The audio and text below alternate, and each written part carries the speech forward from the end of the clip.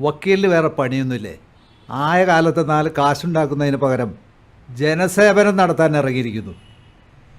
വക്കീലേ, ആ പിള്ളേർ കുറ്റം സമ്മതിച്ചിട്ടുണ്ട്. അവരുടെ മൊഴിയെടുക്കുകയും ചെയ്തിട്ടുണ്ട്. വക്കീലിന് പോകാം. എന്താ താൻ പറഞ്ഞത്? പാവങ്ങളുടെ വക്കീലെന്നോ? അതേടോ, പാവങ്ങളുടെ വക്കീൽ തന്നെയാ.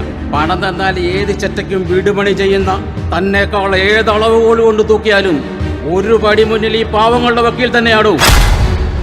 പിന്നെ കാശുണ്ടാക്കാൻ കൂട്ടിക്കൊടുത്താലും കാശുണ്ടാവൂടോ. താൻ ചെയ്യുന്ന ഈ പണിയേക്കാൾ നല്ലത് ആ പണിക്ക് പോവുക.